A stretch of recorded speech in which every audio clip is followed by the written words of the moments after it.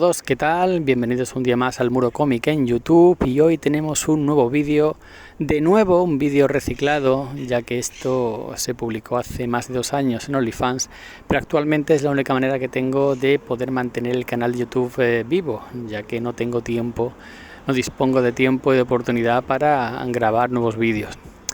Hoy hablamos de Contrapaso, un cómic que ya tiene tiempo, salió hace poco más de 2 años y en su momento fue un auténtico bombazo. Es uno de esos cómics que obtienen críticas unánimes, positivas, y de hecho en su momento yo fui uno de los pocos que le puso algún pero, no al cómic en sí, ya que digo de entrada que me gusta, tampoco a la autora, Teresa Valero, cuando nadie la conocía, prácticamente nadie, yo alababa su Curiosity Shop, de la que tenéis el enlace en YouTube al vídeo que le dediqué, sino al concepto de obras maestras instantáneas, que en su momento cuando salió, ya salió en abril creo, marzo, abril, a principios de año, y ya automáticamente decían que era el cómic de aquel año y algún profesional pedía que le dieran nada menos que el Premio Nacional del Cómic.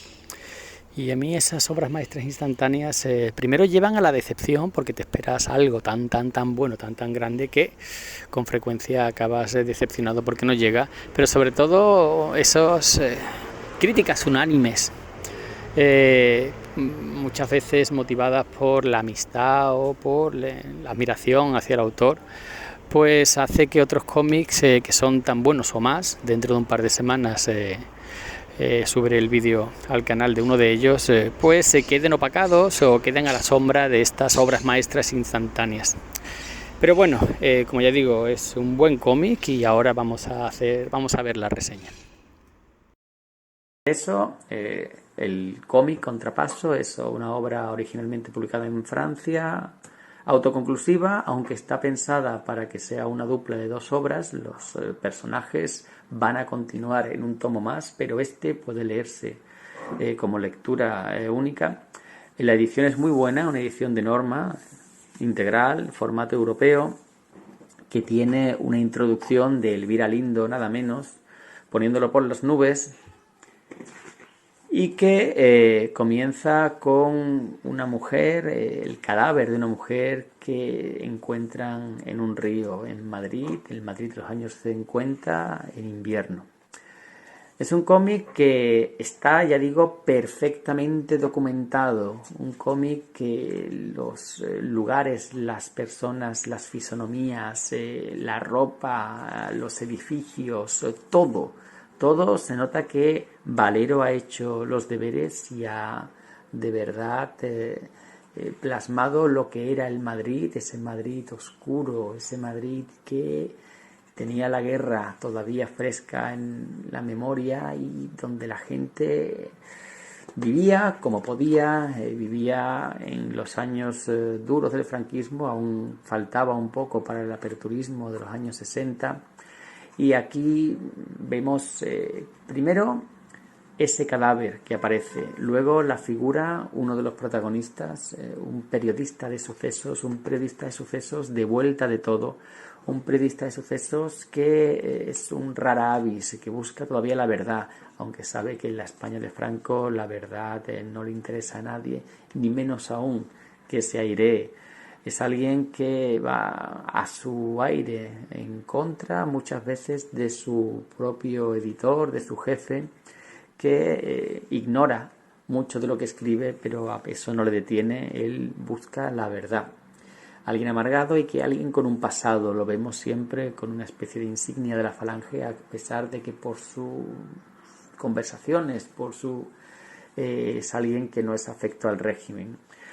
Paralelamente vemos la vuelta del hijo pródigo, la vuelta de alguien, un joven, viene desde Francia, y poco después vemos que es el hijo de una mujer que está en un sanatorio mental. Creció en España bajo la tutela de su tío, un militar franquista, y dejó el país con poco más de 18 años por algo que descubriremos conforme pasa la historia. Descubriremos también el periódico, la redacción donde ambos protagonistas se conocen, se encuentran. Son compañeros a la fuerza, compañeros a pesar de que el veterano desprecia y ni siquiera dirige la palabra al joven. El joven que gracias a sus ojos descubrimos esta redacción, esta ciudad, este país, esta España franquista. Una España franquista en la que cosas como los asesinos en series, cosas como el robo de niños, cosas como... eso no existe.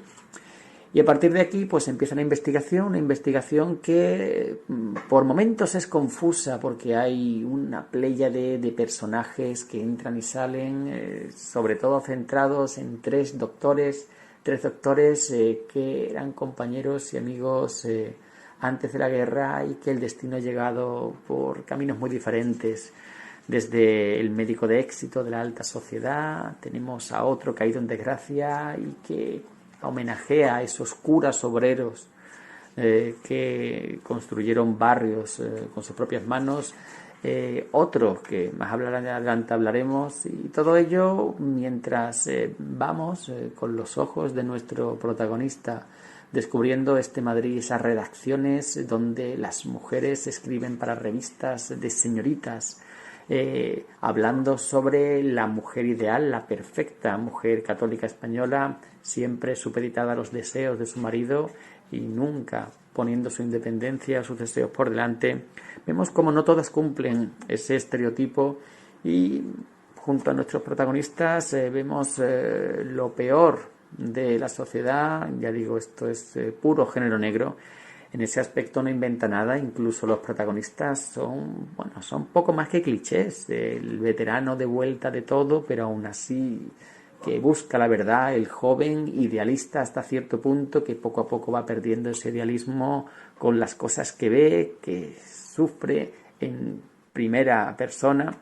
Vemos los desmadres,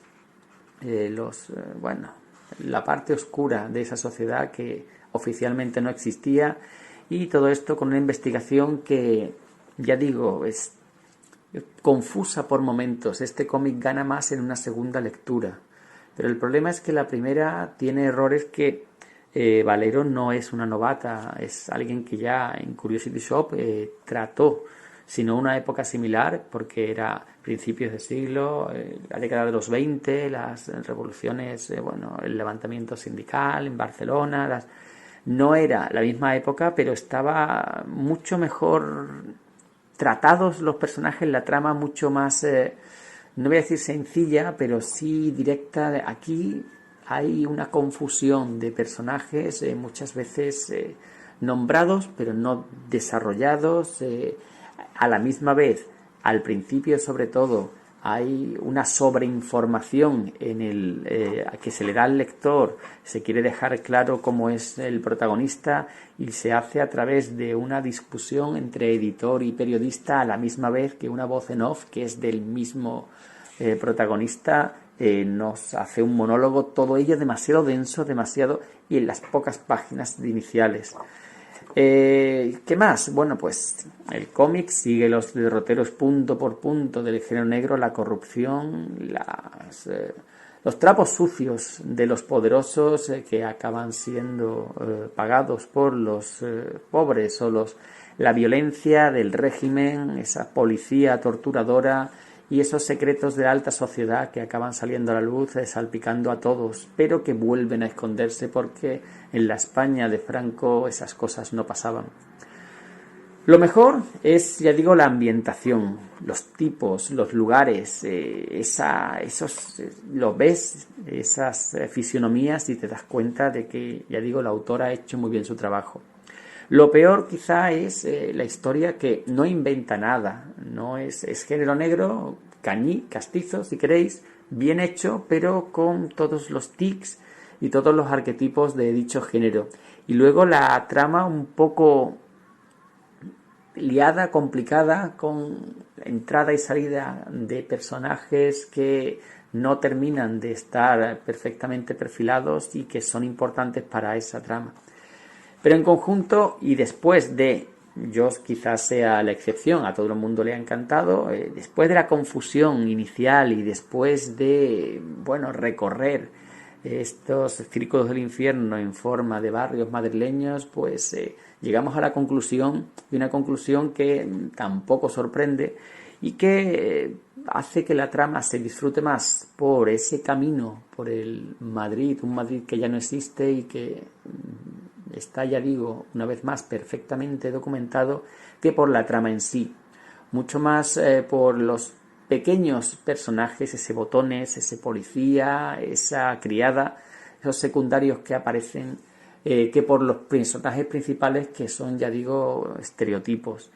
Y bueno, yo creo que esto podía haberse hecho mejor, podía haberle dado un par de vueltas y haberlo hecho todo mucho más pulido, es la palabra.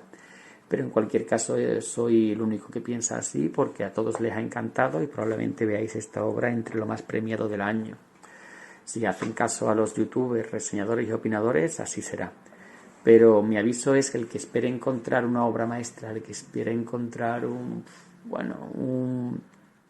Black Sat o un magazine general, creo que tendrá que bajar sus expectativas, de lo contrario acabará decepcionado.